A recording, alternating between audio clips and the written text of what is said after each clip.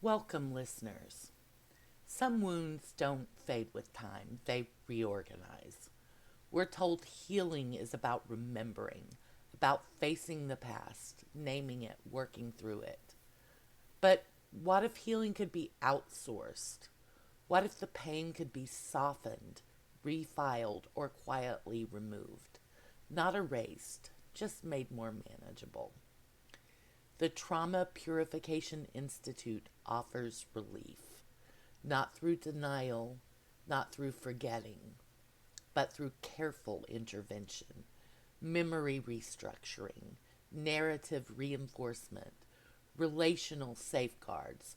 The results are measured, the outcomes are stable, the risks are acceptable.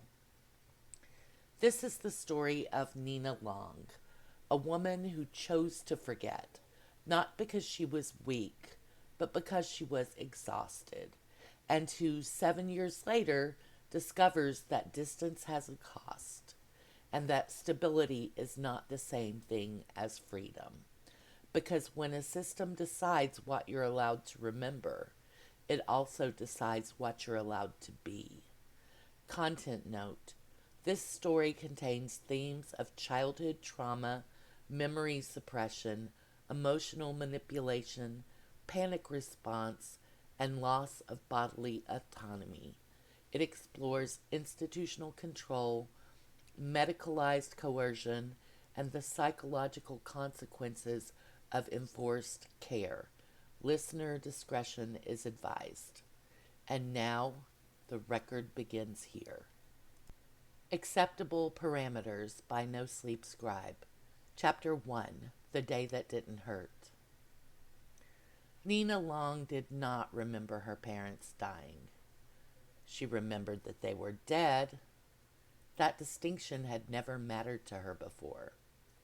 She remembered other things just fine. The smell of burnt coffee drifting through her apartment each morning. She always forgot to turn the pot off before leaving for work. The sound of the elevator in her building, shuddering between the third and fourth floors, the way it always did, like it was hesitating, thinking better of the effort. All the correct emotional beats were present: her job, her favorite Thai place 2 blocks away, her hatred of onions, her fear of dogs. Her childhood, according to her memories, had been fine, unremarkable, stable. A blur of school photos and holidays and vague warmth without sharp edges. Her parents existed in those memories only as impressions. 2 reliable figures who attended recitals, sent birthday cards, answered phone calls. People who had loved her in the expected ways. They died together in a car accident when Nina was 18. She had been away at college.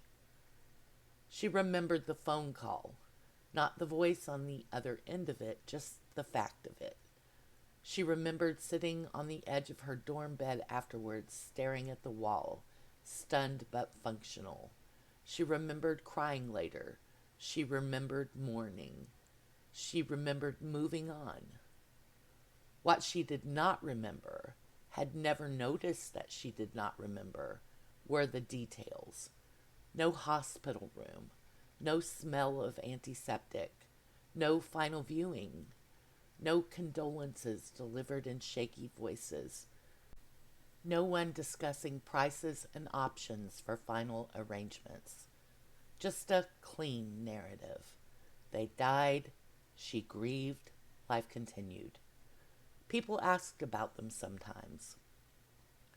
"Where are your parents now?" a coworker would ask casually, the way people do when they're filling silence. And Nina would answer easily, confidently, because she had an answer. She always had. "They passed away when I was in college," she'd say.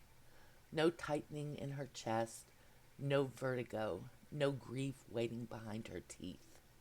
Just a fact, like her blood type, like the year she was born. That, she'd been told, by therapists, by well-meaning friends, by herself, was a sign of healing. On the morning everything went wrong, Nina was standing in line at the grocery store, absently scrolling through her phone, when the child behind her started screaming. It was the kind of scream that didn't ask for help. It demanded it, high and raw and unfiltered, the sound of lungs pushed to their limit.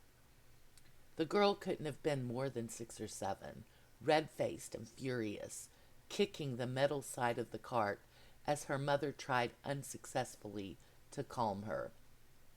"I don't want to," the girl shrieked. "I said I don't want to." Nina flinched. It was subtle, barely noticeable, but something in her body reacted before her mind could catch up. A sharp spike of irritation, but underneath it something colder, a tightness in her throat that made it briefly hard to swallow. She shifted her weight, glanced at the impulse buy rack of candy and magazines, waited for the sound to pass. The child screamed again. This time, Nina's vision tunneled. For half a second, no more than that, the fluorescent lights above the checkout lane seemed too bright, too white. Her ears rang like pressure changing too fast. And then she smelled something that did not belong in a grocery store. Hot plastic, burning rubber. Her heart slammed once, hard enough to knock the breath from her lungs. The smell vanished almost immediately, replaced by the sterile scent of floor cleaner and cardboard packaging. The child's screaming dulled into background noise. The cashier called out a price. "Nina?" She startled violently. Her friend Elise stood beside her, basket hooked over one arm, eyebrows knit with concern. "You okay?" Elise asked. "You went kind of blank." "I'm fine," Nina said automatically. The words came out too quickly. Elise looked at her skeptically. "Are you sure?" She forced a smile, felt it stretch into place. "Just didn't sleep well." Elise accepted this with a nod. Everyone accepted that explanation. It was safe, universal, unquestioned. Nina paid for her groceries and left, the automatic doors whooshing open with a mechanical sigh. Outside, the autumn air was cool and clean, and she took a long breath, trying to shake the lingering discomfort. Halfway down the block, she noticed her hands were shaking. The next day at work, the problem returned. Nina worked in data reconciliation, quiet, precise work that rewarded attention and punished emotional distraction. She liked it because numbers did not surprise her. They did not remember things wrong.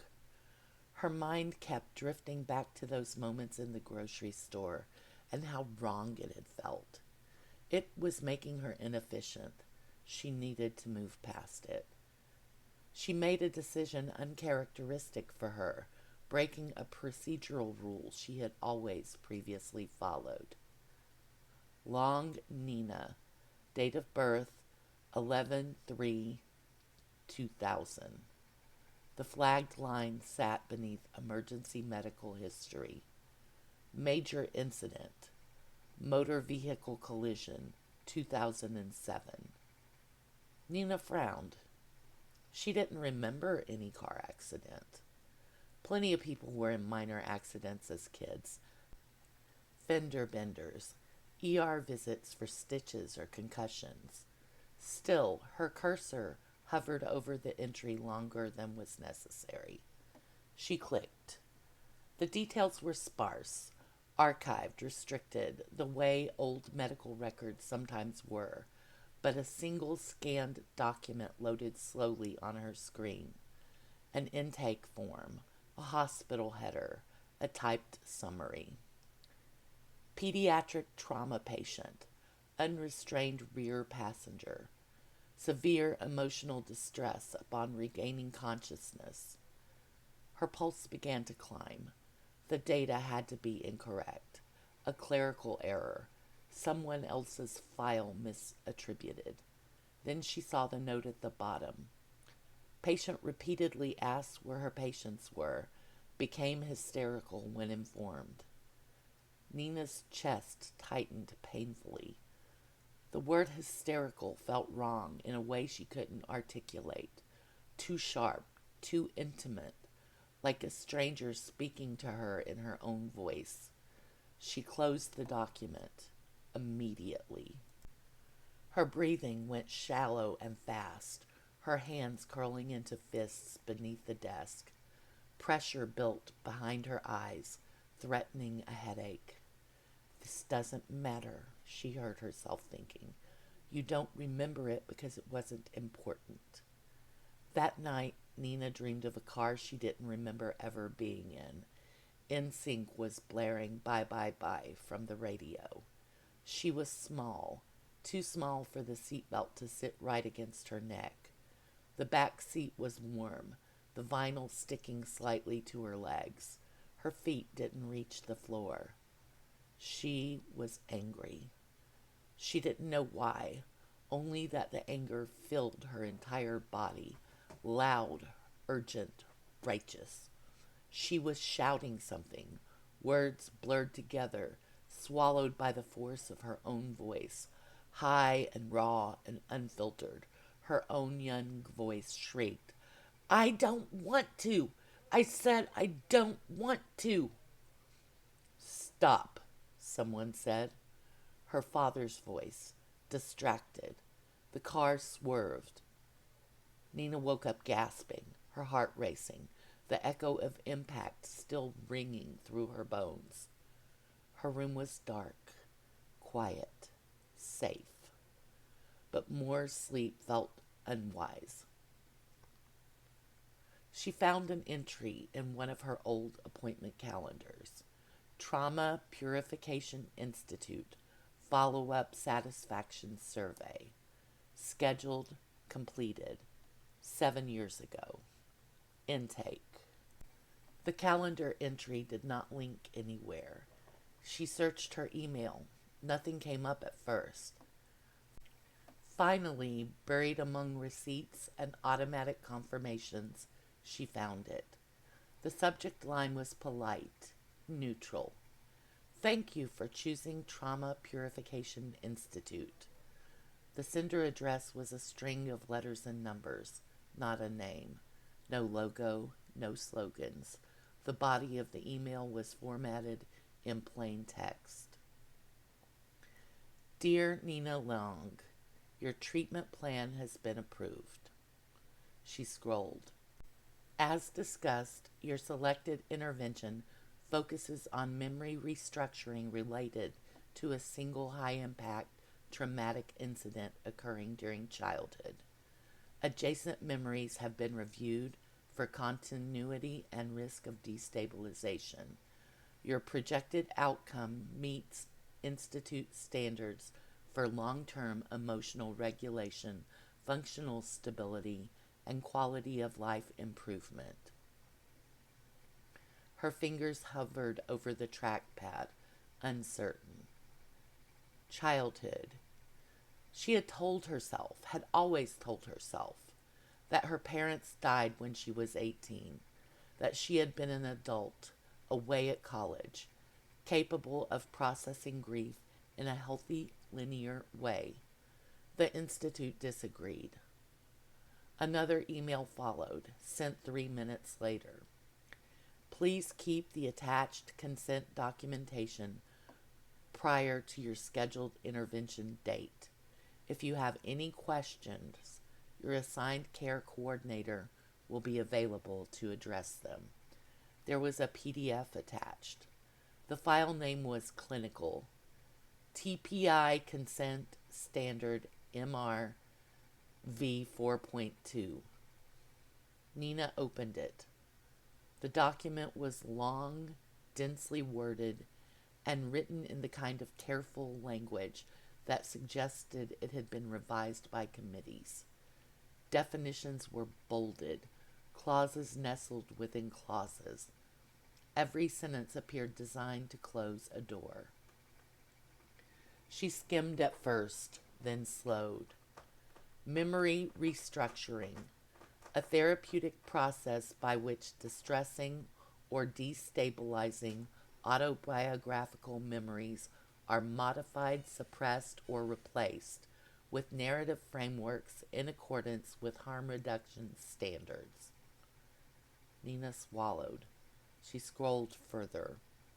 By consenting to treatment, the patient acknowledges that certain memories may be permanently inaccessible following intervention.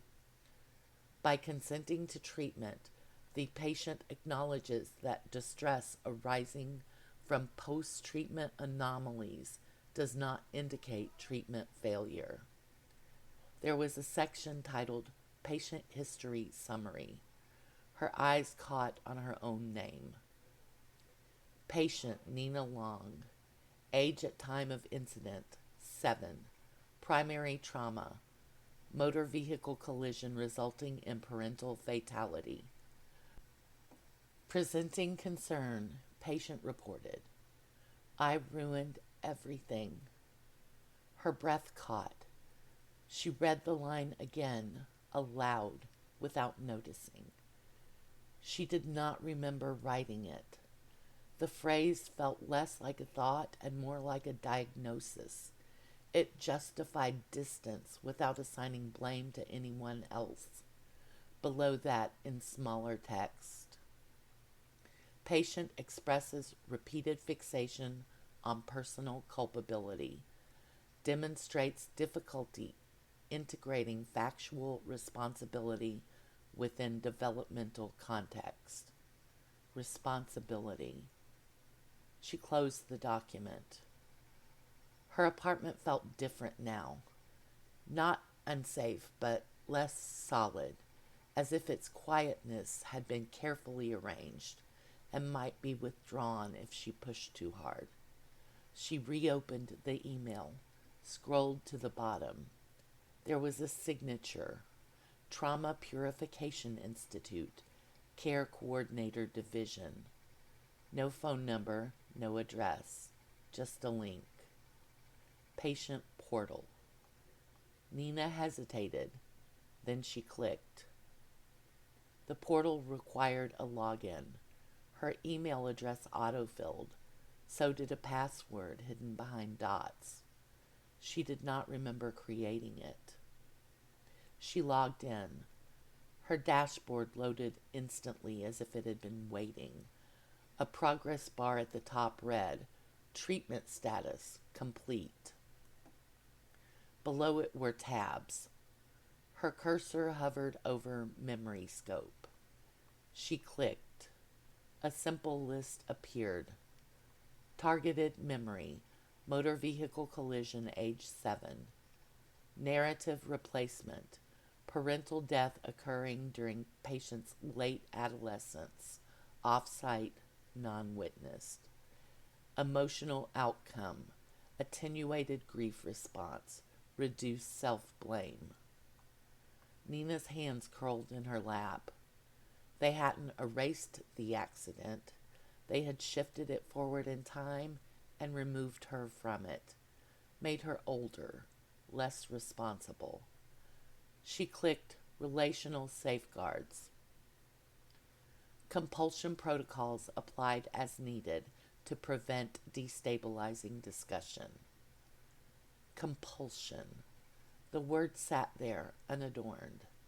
Nina waited for fear to rise. It didn't. Instead, she felt something quieter, a dull pressure, like standing too close to a large machine. She scrolled to the bottom of the page. There was a note, time-stamped 7 years ago. Care Coordinator comment. Patient demonstrates high compliance and strong desire for relief. Prognosis favorable. High compliance. Nina closed the portal. She stood and walked to the window, looking out at the street below. Cars passed. People crossed. A world that continued to function without knowing what had been edited out of her. 7 years ago, she had been 25, old enough to sign forms, to choose. She tried to imagine herself walking into the Institute's offices, wherever they were, sitting across from someone calm and professional, agreeing to terms. I ruined everything, she might have said. And someone somewhere had decided the kindest solution was to make that sentence impossible to remember. Nina pressed her forehead against the glass. Her mind kept probing the ominous phrase, "No corrective disclosures recommended." The phrase suggested that review had already concluded. Down on the street, a car horn blared sharply. She flinched, then steadied herself. The pieces moved into the right places. Everything fit together seamlessly, the jagged edges removed, leaving only the effort of keeping it that way, an effort she had never noticed before. This didn't mean the Institute had erred. It meant it had worked. The thought settled into place with alarming ease, and that frightened her more than anything else she had learned so far. Safeguards. The portal had a button called Request Support. It sat in the lower right corner of every page, a soft blue rectangle with white text, like a customer service feature for a streaming platform. Nina noticed it only after she had refreshed the dashboard 3 times, as if repetition might change what was already recorded. Treatment status complete. Everything the Institute had done to her was already framed as past tense. She did not click the button. For several hours she wandered her apartment in a controlled loop. Her mind kept returning to the same facts, like a tongue worrying a sore tooth. When she tried to picture the original accident again, her brain supplied the dream.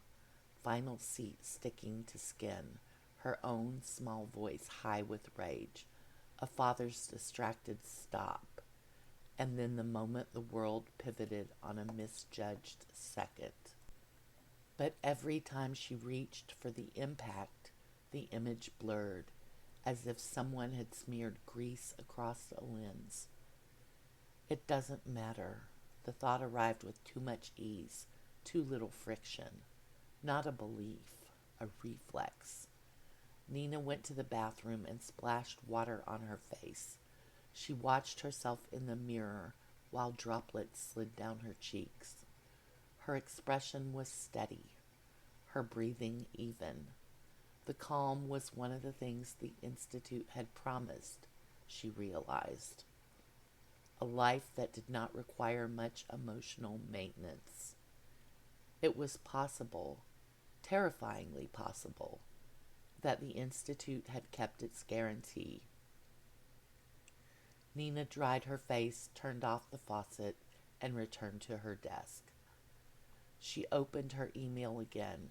She reread the consent document slowly, as if the care she took would be notated.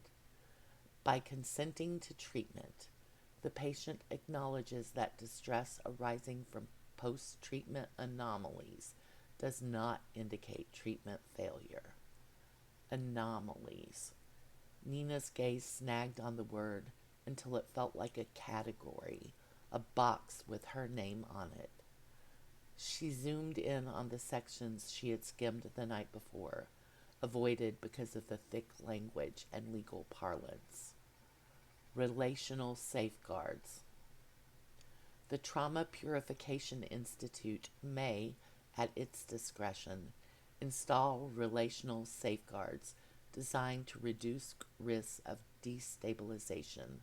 Such safeguards may include adverse response conditioning and topical avoidance compulsion within the patient. Adverse response conditioning, topical avoidance compulsion. The document stopped pretending it was written for a person. She scrolled until she found a line that made her stop.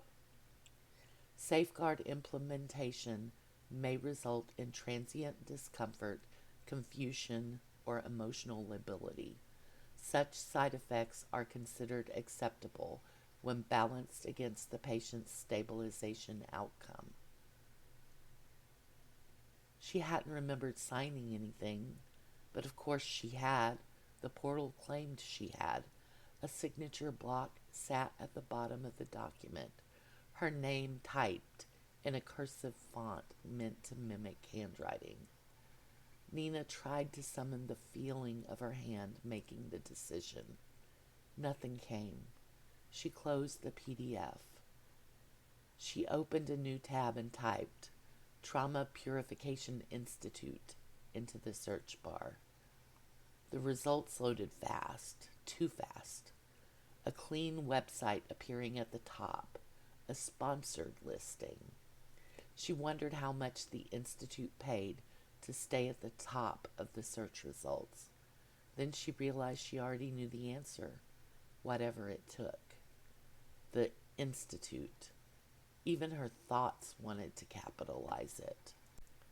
The page was all white space and softened corners, with photos that seemed deliberately nonspecific. Smiling adults in neutral-toned sweaters, hands clasped gently, a coffee cup steaming beside a notebook. Every review was 5 stars. They all used the same sentence like it was copy-pasted. I can finally breathe again. The tagline at the top read, Rewrite the moment that stole your life. Nina's mouse hovered over the words, relief in as little as 1 session, covered by most major providers. It all looked normal. It all looked designed to be forgettable. Nina clicked FAQ. A page of questions expanded in neat collapsible sections. Can I reverse it? Our interventions are designed to be durable. In most cases, reversal is not recommended due to the risk of destabilization and relapse. If you are experiencing distress following treatment, please contact our support team for guidance. There was a button beside the sentence, Contact Support. Nina stared at it. She was not experiencing distress exactly. She was experiencing evidence. She clicked. A chat window slid open in the lower right corner. Welcome back, Nina. How can we help you today? It was a small detail, but it made her skin prickle. Welcome back. The cursor blinked in the text box. Nina typed, I found my old portal. A pause. Then. We're glad you reached out. Are you experiencing post-treatment variance indicators? Nina typed, I found records I don't remember. I don't remember going to you. I don't remember the accident you described. Thank you for sharing that. Memory inaccessibility is an expected outcome of successful intervention. Nina felt a spike of something sharp. Anger, maybe, or the faint echo of it. She typed, the portal says you use compulsion protocols. Another pause, long enough that Nina could imagine someone reading her message on the other end and deciding what kind of response the Institute allowed. Relational safeguards protect patients from destabilizing disclosures. Nina's fingers hovered. She typed, who did you use them on? A pause. Then. Safeguard parameters or topic lists are not discussed in this channel. If you are concerned about relational safeguards, we can schedule a consultation with a care coordinator. A new button appeared. Schedule consultation. Required. Nina clicked it before she could talk herself out of it. A calendar popped up. The soonest appointment was in 2 hours. Nina selected it. The portal confirmed. Consultation scheduled. Provider, Care Coordinator L. Hart. Format, video. Nina's stomach flipped. She had been thinking in terms of emails and forms and interfaces. She had not considered a face. The chat window posted one more message. In the meantime, please refrain from pursuing suppressed material through independent means. Doing so may increase variance incidence. Nina closed the window without responding. 2 hours. She tried to work in that time, though she wasn't sure why. She opened her laptop. She updated a spreadsheet. Her phone buzzed once with a text from Elise. You okay? Didn't hear from you after yesterday. Nina stared at the message. Elise, the only person in this chapter of her life that still felt reachable. Nina typed, Can we talk later? Maybe tonight? The response came quickly. Sure, dinner? Nina hesitated. Her eyes flicked towards the clock. 2 hours. She typed, Yeah, my place, 7? Perfect. Nina set the phone down carefully, as if it might shatter. She did not know what it would mean to talk. She did not know what topics were fenced off inside her mind. At 4 o'clock, Nina received a link in her email. Trauma Purification Institute, consultation access. No logo, no warmth, just a link and a line. Please ensure you are in a private location. This session may involve sensitive content. Nina clicked. A video window opened. Her own face appeared first, lit by the pale glow of her desk lamp, eyes too clear. A moment later, another camera activated. A woman appeared on screen. She looked ordinary. That was the first thing Nina noticed. Not beautiful, not unsettling, not overly polished. Early 40s, maybe. Dark hair pulled back. A beige sweater. Minimal jewelry. The kind of face that would not snag memory. Her background was also ordinary. A neutral wall. A plant in the corner. A framed print with abstract color blocks. The print was crooked by a few degrees, as if someone had measured the imperfection. The woman smiled gently. Hi, Nina. I'm Lila Hart. Thank you for meeting with us today. This session is preserved for continuity of care. Her voice was calm, practiced, not robotic, human enough to feel safe. Nina's eyes flicked to the corner of the screen. The red dot was already there. Nina felt her shoulders tense. I didn't know this existed, Nina said. The portal, the institute, You're doing great, Lila said, as if Nina had just taken a brave step in therapy. It can be disorienting to encounter documentation after an intervention, especially if you weren't expecting it. Nina's mouth went dry. You mean because you made it so I don't remember? Lila's expression didn't change. If anything, her empathy deepened by a degree. We helped you reduce the burden of traumatic memory, she said. Yes. Nina's fingers curled under the desk. She wanted to say, you erased it. She wanted to say, you edited my life. Instead, she said, the portal says I was 7, that my parents died when I was 7. Lila nodded once, slowly. That is correct. I remember them dying when I was 18. Yes. So which is real? Lila's smile softened into something almost tender. The one that is real, she said, is the one you can live with. Nina shook her head. That's not an answer. It's the one you chose, Lila said, and the phrasing was subtle enough that it felt like kindness rather than a reprimand.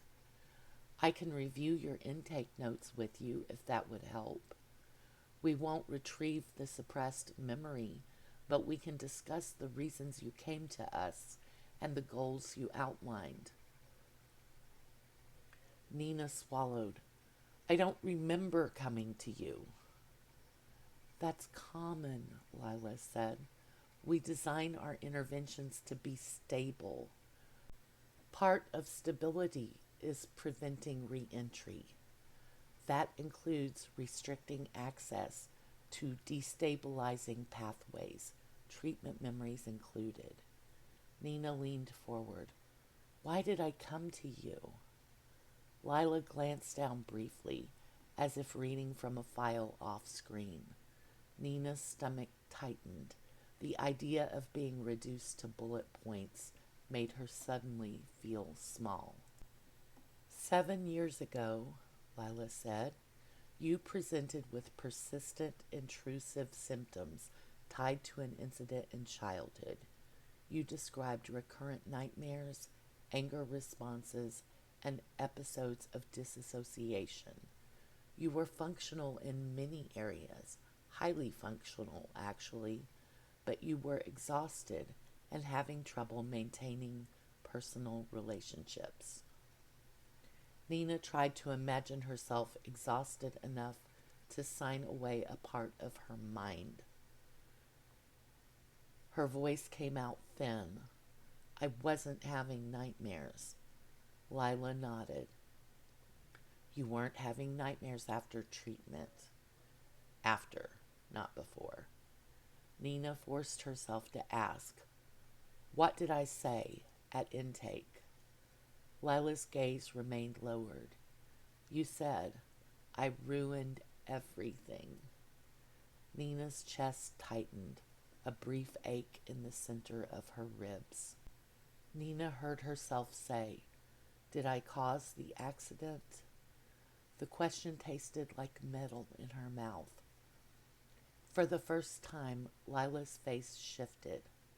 Not in guilt exactly, but in something like carefulness. Based on the Institute's assessment, she said, you were a child experiencing an emotional episode in the back seat. Your father was driving. There was a moment of distraction. Nina held her breath. Lila continued. You internalized responsibility far beyond what was developmentally appropriate. That's a yes, Nina said. It's a complex event, Lila replied. Causality is rarely singular. Nina laughed once, short, humorless. That's a very nice way to say it. Lila didn't react to the tone. Do you feel destabilized right now?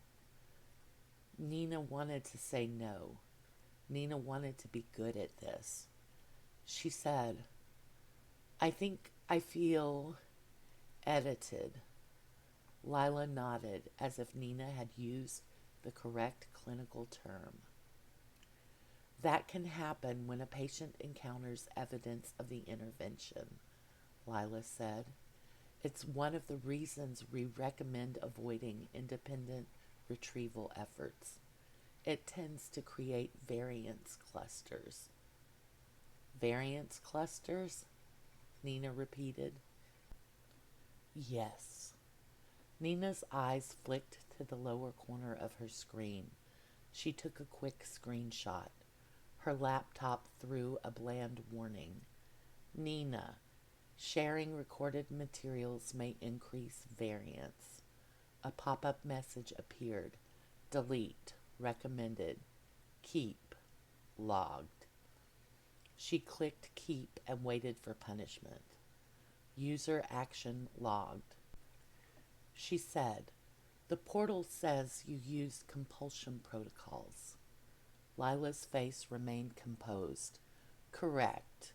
Protective protocols were applied as clinically appropriate." "You made me unable to have some conversations?" "We reduced risk," Lila corrected. "If destabilizing material is approached, our protocols activate protective responses. Escalation continues until risk is reduced." "That is a violation," Nina said. "It's my life." "It's your memory set," Lila said, "that you entrusted us to protect. Controls exist to prevent harm." "What kind of harm?" Nina asked. Lila hesitated just long enough for Nina to notice it.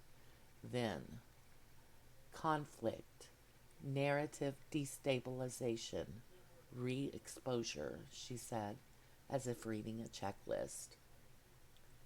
Nina heard herself say, "What is the cost?"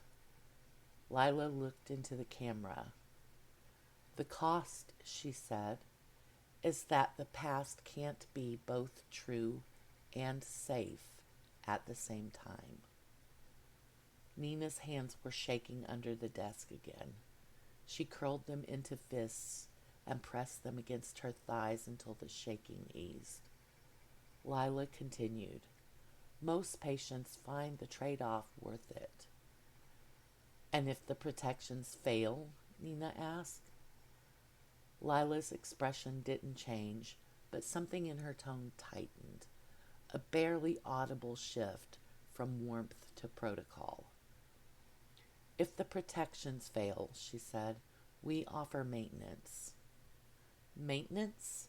Nina repeated. "Yes," Lila said, "a stabilization session, a reinforcement of narrative cohesion. If a third-party overlap is creating risk, we can adjust. We can refine variants and tighten controls up to and including topic lock." Lila paused and reset her warm customer service smile. "We prefer not to escalate," Lila said, as if that were a favor. "But escalation remains an option when clinically necessary." Nina's voice came out low. "What happens to them, to the third parties? Do you adjust them too?" Lila's smile returned in a softened shape. "Safeguards are patient side only. You experience an aversive response to certain topics. In the case of insistent third parties, it can progress to a determination to cut off contact. Third parties are not conditioned. Any harm to them is incidental." Nina swallowed. Incidental, like collateral, like a rounding error. "I'm meeting Elise tonight," she said. Lila's expression brightened slightly, as if Nina had said she was going for a walk. "That sounds like a supportive connection," Lila said. "Social grounding is a protective factor." Nina's gaze challenged her. "If I talk with her about my parents, what happens?" Lila's voice softened. "I would not recommend pursuing suppressed material through interpersonal disclosure. For transparency, avoidance prompts may include physical side effects. Patients often experience somatic responses, such as nausea, nosebleeds, or a sense of impending doom, until the system restabilizes and variance is within acceptable range." Nina felt something cold spread through her chest. Not panic, not fear. Acceptable, that same stamped word in a new place, marked off on a bureaucratic checklist. 7 years ago, she had wanted relief badly enough to sign anything. Now she wondered what else she had agreed to without understanding. She said, "If the safeguards are failing, why would I need maintenance? Shouldn't you fix the safeguards?" Lila smiled gently. "We can," she said, "but we prioritize the patient's outcome." Nina said, "Why did it start failing?" Lila's expression softened. "Sometimes," she said, "the mind is persistent. It tries to heal around the edges of what we've treated. Sometimes external stimuli, sounds, smells, stress, can create resonance. A child screaming, burning rubber." Nina's throat tightened. Lila added, "Sometimes the patient begins to approach the suppressed material indirectly, through research, through records, through conversations. The system senses threat and increases protective responses." "So it's my fault," Nina said. Lila's tone remained gentle. "No," she said, "it's your mind doing what minds do." Then Nina asked the question that had been sitting in her throat since the portal. "What happened to people I knew whose memories overlapped with mine?" Lila softened her tone further. "You made a natural feeling decision to cut contact with them." "I just kicked them out of my life for no real reason?" "The reason was real and personal to you. You chose emotional stability over maintaining past relationships. It was part of the treatment plan you consented to," Lila said softly, and there it was again, the gentle reframe that turned coercion into care. Nina's jaw clenched. Lila said, "Nina, I want to be very clear. We exist because trauma destroys lives. We give people their lives back." Nina took a deep, trembling breath.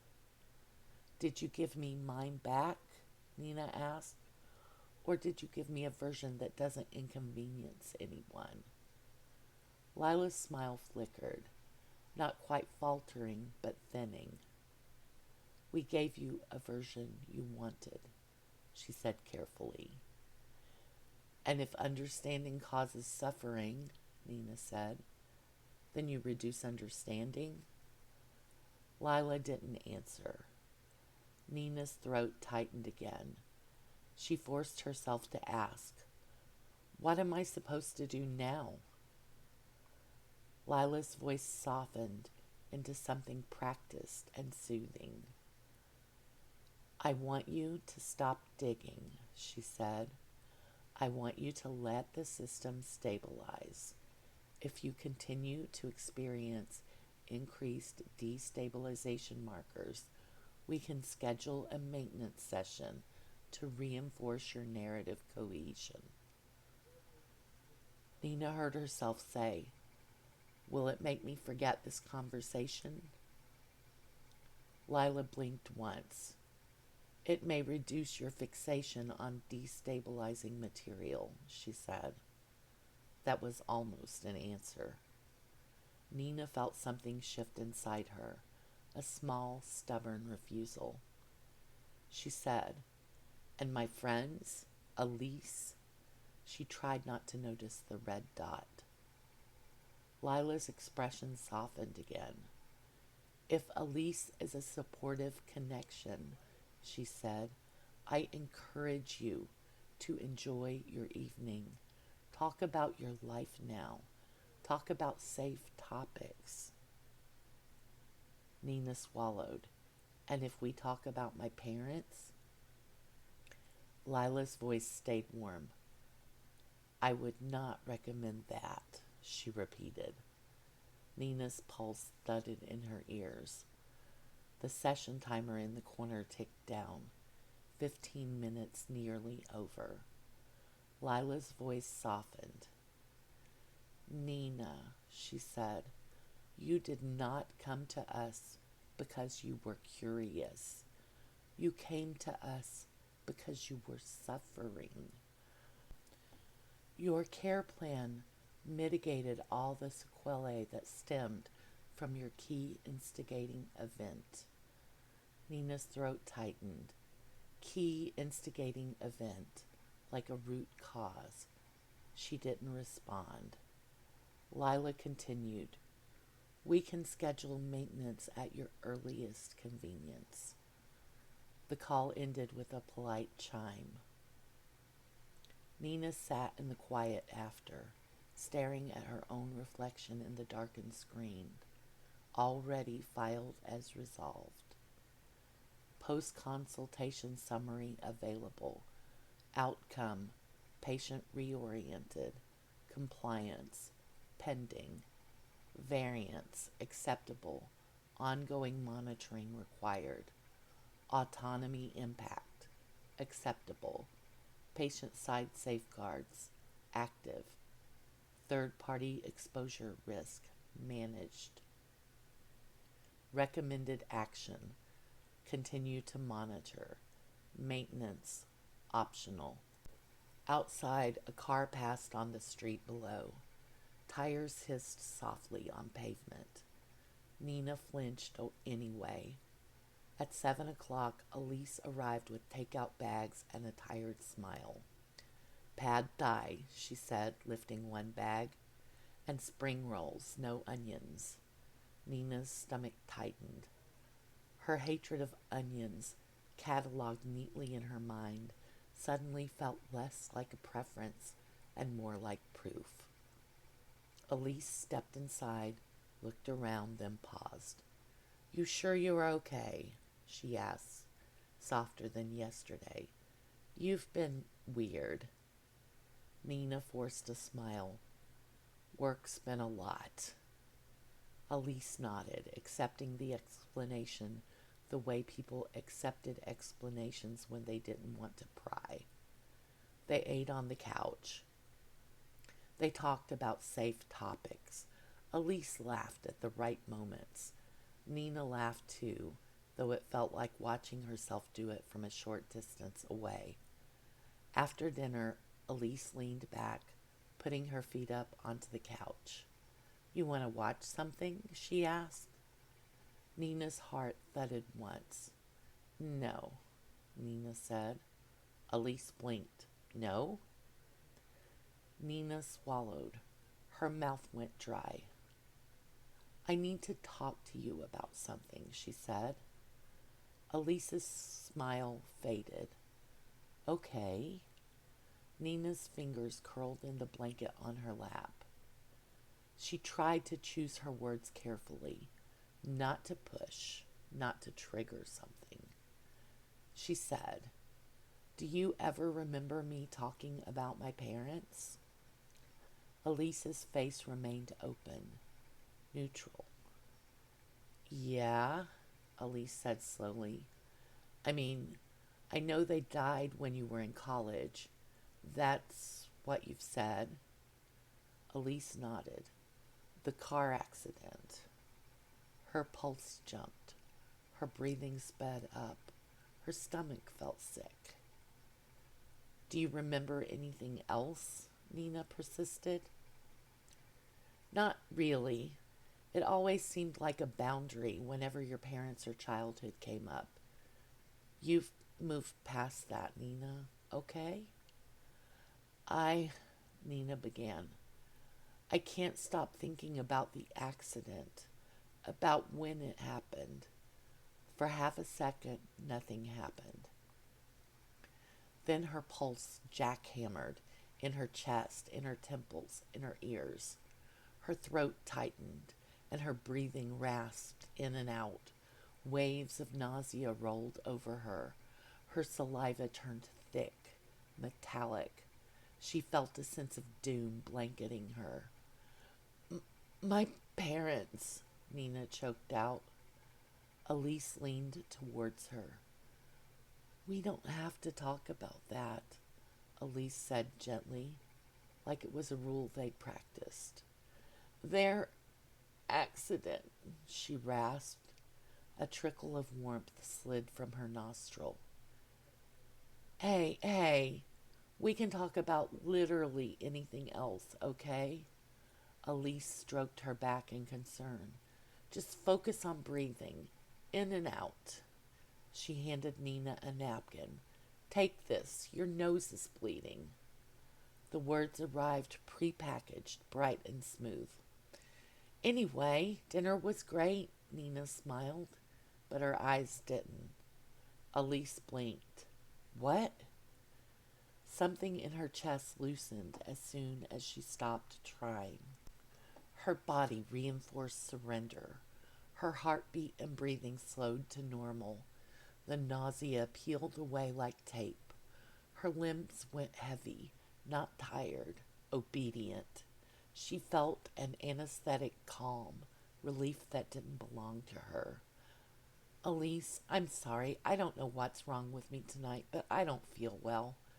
I think I'm just going to go to bed early. Elise's voice tightened with concern. Are you sure you are really okay? I don't want to leave you like this. Nina forced a small smile. I'll be fine. We'll talk tomorrow. Still mildly protesting, Elise allowed herself to be shepherded out the front door. Nina's breathing normalized with the same obedient efficiency. Acceptable, her brain filed. Her chest tightened painfully. Relational safeguards, compulsion protocols. The Institute had done this to her. No, the Institute had done this for her. She had signed for it in ink she couldn't remember holding. Nina stared at her phone. Then she opened it. She did not click request support. Not yet, because the cost of support was beginning to take shape, and Nina was suddenly afraid of what maintenance preserved and what it quietly erased. Maintenance wasn't a repair. It was an update, and she didn't have permissions. Maintenance.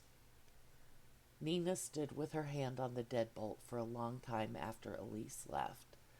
Not because she thought Elise would come back, because her body still felt like it was waiting for permission to move. The apartment sounded the same as it always had. The low hum of the refrigerator, the distant hiss of traffic, the faint creak of the building settling. Ordinary sounds, stripped of meaning and then given too much of it. She sat down slowly on the couch and replayed the evening, the physical distress, the compliance, and the relief. The relief was the part that frightened her most. Acceptable, something inside her had noted. Nina leaned forward and pressed her palms flat against the coffee table, grounding herself in the solidness of it. Elise had been concerned, patient, careful, but only in the way people trusted that another person's struggle belonged to them. Her phone vibrated. Nina flinched, then picked it up. A text from Elise. Hey, just got home. We can talk whenever you're ready. Just take care of yourself. Nina swallowed. She typed back carefully. You are always the best person to talk to. I'm going to have a bubble bath, a glass of wine, and an early bedtime. Talk to you tomorrow. She sent it before she could overthink. Her stomach still churned. Her pulse still felt slightly elevated. The system hadn't fully disengaged yet, but without the trigger present, it was loosening its grip. That alone told her something important. This wasn't protection. It was contextual enforcement. She opened her laptop. The portal loaded instantly, as if the address was in memory. At the top of the dashboard, a new banner pulsed softly. System alert. Safeguard escalation detected. Below it in smaller font. Recommended action. Maintenance session available. 2 buttons sat side by side. Schedule maintenance. Recommended. Request adjustment review. Not recommended. Nina hovered over the second. A tooltip appeared beside it. Note: adjustment may result in statistically significant decreases in quality of life metrics. She clicked Request Adjustment Review anyway. The screen dimmed. A confirmation window appeared. Before proceeding, please acknowledge: adjustment does not guarantee full memory restoration. Safeguard reduction may increase emotional distress. Post-adjustment regret is possible. At the bottom, continue, cancel, recommended. Nina leaned back and closed her eyes. 7 years. 7 years without waking up angry for no reason, without flinching at horns or sirens or screaming children, without carrying a constant, grinding certainty that everything bad was somehow her fault. She had built a life in that time, not a perfect one, but a stable one. The Institute hadn't lied about that, but stability wasn't the same as freedom. Nina opened her eyes and clicked continue. The portal refreshed. Then a message appeared, clean and immediate. Adjustment review scheduled. Provider, Care Coordinator L. Hart. Format, video. Time, now. The call connected before she could second-guess herself. Lila appeared on the screen exactly as she had before. Calm, composed, framed by neutral decor. Nina, she said gently, I see you've requested an adjustment review. Yes, Nina said. Lila nodded. Before we proceed, I need to confirm. Do you believe your original treatment was a mistake? Nina didn't answer right away. No, she said finally. I think it saved me. Lila's expression softened, just a fraction. You were suffering, she said. You sought relief.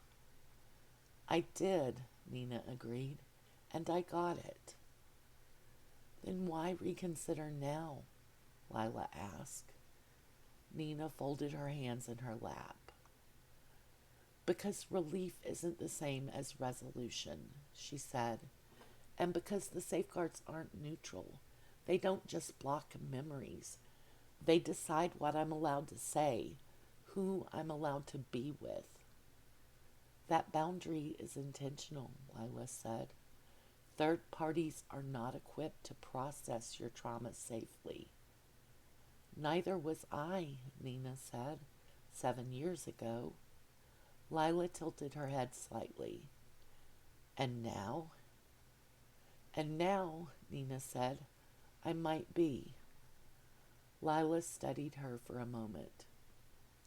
You're suggesting the distance itself changed you, she said.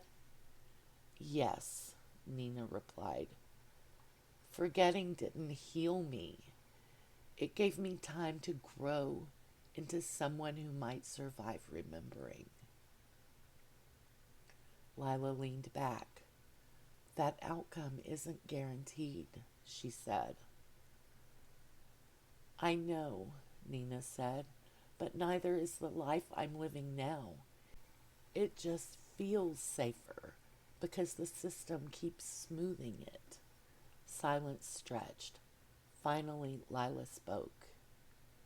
If we proceed, she said, we can remove or reduce patient-side compulsions. Memory restoration would be partial, gradual. That's what I want, Nina said. No reinforcement, no escalation. And if you regret it, Lila asked, Nina met her gaze. Then the regret will be mine, she said, not something managed for me.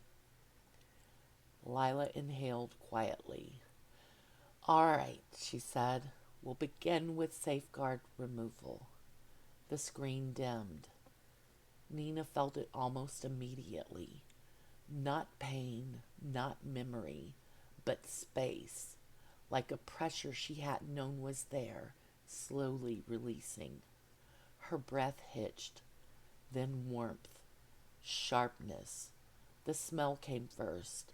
Hot plastic, burning rubber, her own voice high and furious, her father turning, the moment breaking open. Her hands curled, nails biting into her palms. She folded forward with a sob as the memory surged. Not cleanly, not all at once, but enough.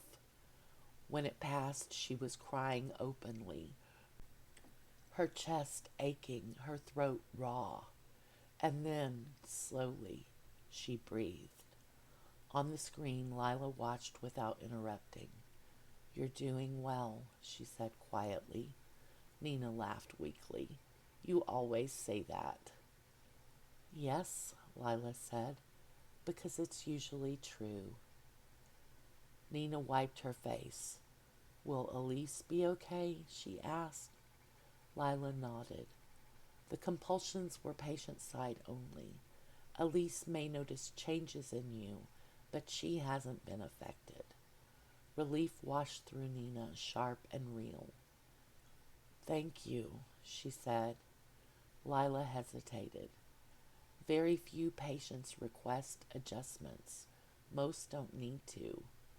Then, after a fraction of a second, most prefer not to. Of those who do, some return, she added. They decide the distance was preferable. That sounds reasonable, Nina said. And if you do, Lila said, we'll be here. Nina met her gaze. I hope not, she said, but I'm glad you were here now.